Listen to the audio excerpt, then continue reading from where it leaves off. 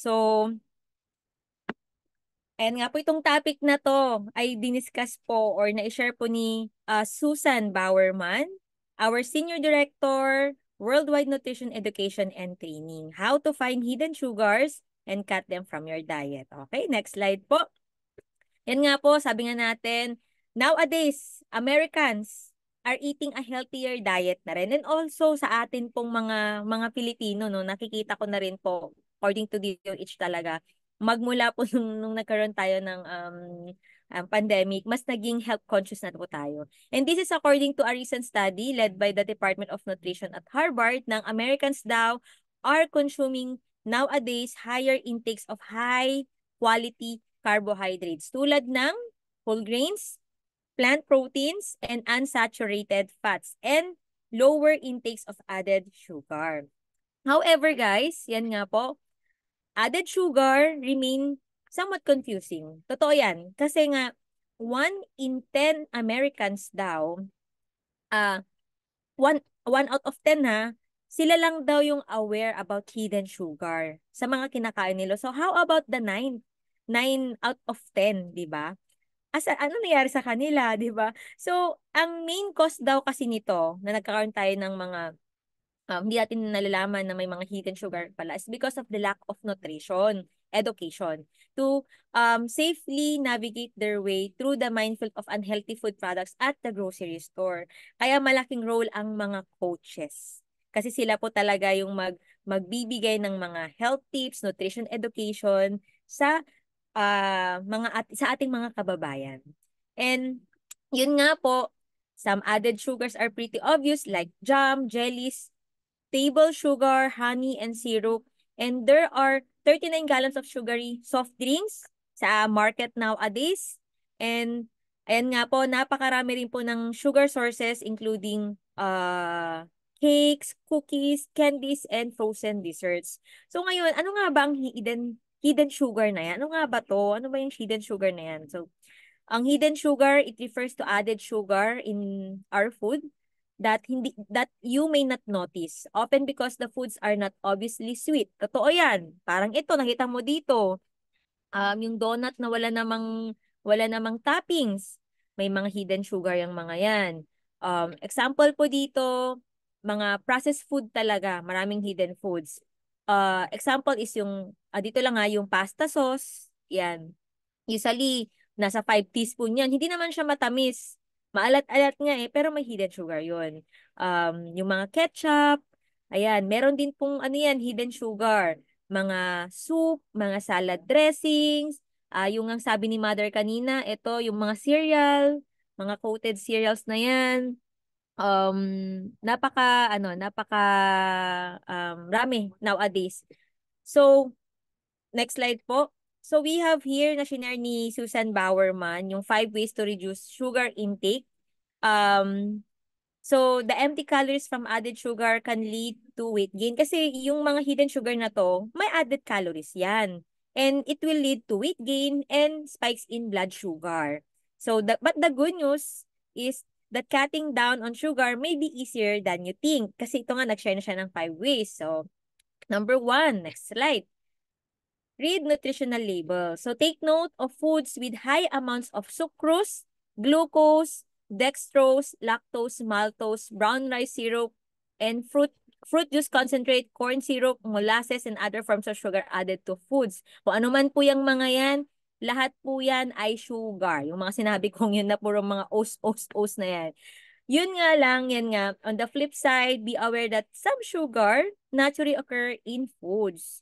Tulad ng milk. Ang milk po, di ba minsan nga wala ngang lasa pero meron po yung sugar. Ang sugar po niyan ay lactose. Sa mga fruits naman, meron ding sugar yan. Ang tawag po doon ay fructose.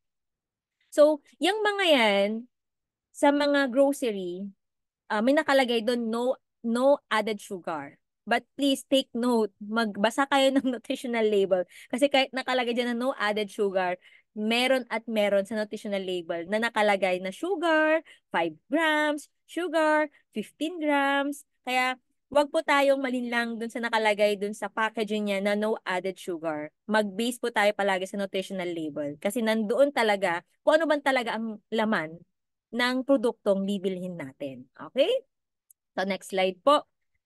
Number 2, use natural sweeteners. So, marami na ngayong mga foods na it comes with pre-sweetened like yung cereals, yung sinabi ni Mother. Yogurt, ayan, ito, nagulat din ako. Kasi meron akong favorite na yogurt brand. And Mother Arlene said na 15 grams of sugar. Nung chinek ko, oh my gosh. Kala ko napaka-healthy na ako eh. Pero pagkatingin ko sa nutritional label, meron, ang laki pala ng sugar content nung maliit na yogurt na yon. And ano pa ba? Salad dressing. Ayan, sabi natin magpapaka-healthy na tayo. Kakain tayo ng vegetable salad. Pero ang dami mong nilagay na salad dressing. And when it comes to salad dressing, pag chinek mo rin yung nutritional label, mataas din ang sugar content niya. Or alternative meals like rice, hemp, soy, etc. But surprisingly, amounts of sugar, so you might want to try the unsweetened version. Yan, merong mga ano yan. May mga unsweetened version itong mga products na to. To cut sugar even further, try natural na sweeteners like a slice of banana or a handful of berries, ilalagay natin sa cereal or sa shake natin, ganyan. And here's another tip. Try dropping a whole date or a few raisins in a few drops of vanilla extract into a carton of unsweetened milk. So yung mga milk na pwedeng lagyan ng mga raisins or vanilla extract. Ayan, mga tawag dito, yun yung mga natural sweeteners sa pwedeng i-ano. It adds lots of flavor with just a trace of sugar. So mas lesser kasi ang mga sugar content ng mga ito compared dun sa pre-sweetened na. Kasi yung loaded of sugar talaga yun. Number 3, enjoy naturally sweet flavors. So, fruits are preferable substitute for sugary desserts. Ayan, mas okay pag fruits talaga compare sa mga cakes, cookies. Ayan. And sweet spices like cinnamon, nutmeg, or clove can add sweet notes to fruits, cereals, or yogurt in place of sugar. Yung baby ko, nilalagyan ko talaga ng mga ito. Kasi nag-start ako ng BLW nung 6 months po siya. Lahat ng mga food po niya, no sugar, no salt, no honey. Ayan, puro mga ano lang talaga, natural sweeteners. And ito nga po, pangdagdag dun sa mga ginagawa kong mga pagkain niya, mga cinnamon, nutmeg, or clove, or other spices na pangdagdag ng sweet flavor para ma-enjoy po niya yung pagkain. Okay? And number 4, cut back on liquid sugar. Ayan, ito talagang malaking culprit po ito, guys. Dahil isang bottle lang po nito, loaded po yan ng sugar, honestly. Cut back on soft drinks, sweetened coffee, and tea drinks, and fruity drinks like lemonade. Instead, try flavorful teas or add some citrus peel or a slice of fruit to water or a calorie-free beverages. So, ito nga, kaya nga meron tayo yung tea, the herbal tea concentrate. Sobrang may enjoy mo yun with a different kinds of fruits na pwede mong ilagay doon. Tapos yung aloe, ay nako, buti na lang talaga may aloe tayo kasi para sa akin hindi pala inom ng tubig before. Nakatulong po yun. And take note po guys, zero sugar po ang ating aloe. Kaya ito rin po ay kasama rin po ito sa pinapainom ko sa mga bata. Yung sabi ni Mother Arlene, this is much more healthier, no sugar at all talaga. Pero yung taste po niya talaga is talagang ma-enjoy ng bawat isa.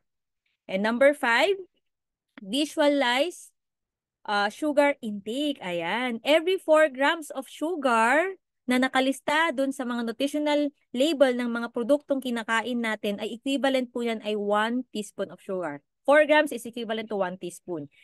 Equivalent din po yan ng isang cube ng sugar. So next time you're at the grocery store looking for a cold drink, review first yung nutrition label and visualize how many sugar cubes you'd be consuming. Ang ating aloe, sabi ko nga, 0 grams ito, especially kahit yung tea, 0 grams. And take note guys, yung ating shake, it's nasa na lang yan, 9 grams to 11 grams. Depende dun sa flavor kasi. Pero overall, imaginin mo yung isang baso nito, 9 grams of sugar lang siya. Yung sugar na yun, hindi naman bad yun sa katawan natin. Makakatulong din kasi yun para mabigyan ka ng enough energy. 'Di ba? Kailangan din natin ng sugar. Yun nga lang, yung sinasabi nating hidden sugar, ang dapat nating dapat talagang i-take note din. So, ayan, next slide po. I hope marami po tayong natutunan sa ating topic for today. A healthy outside, it starts from the inside, sabi nga ni Robert Urich. And by that, thank you for listening. And I hope to see you again tomorrow, guys, kasi napakaganda ng ating topic for tomorrow. So,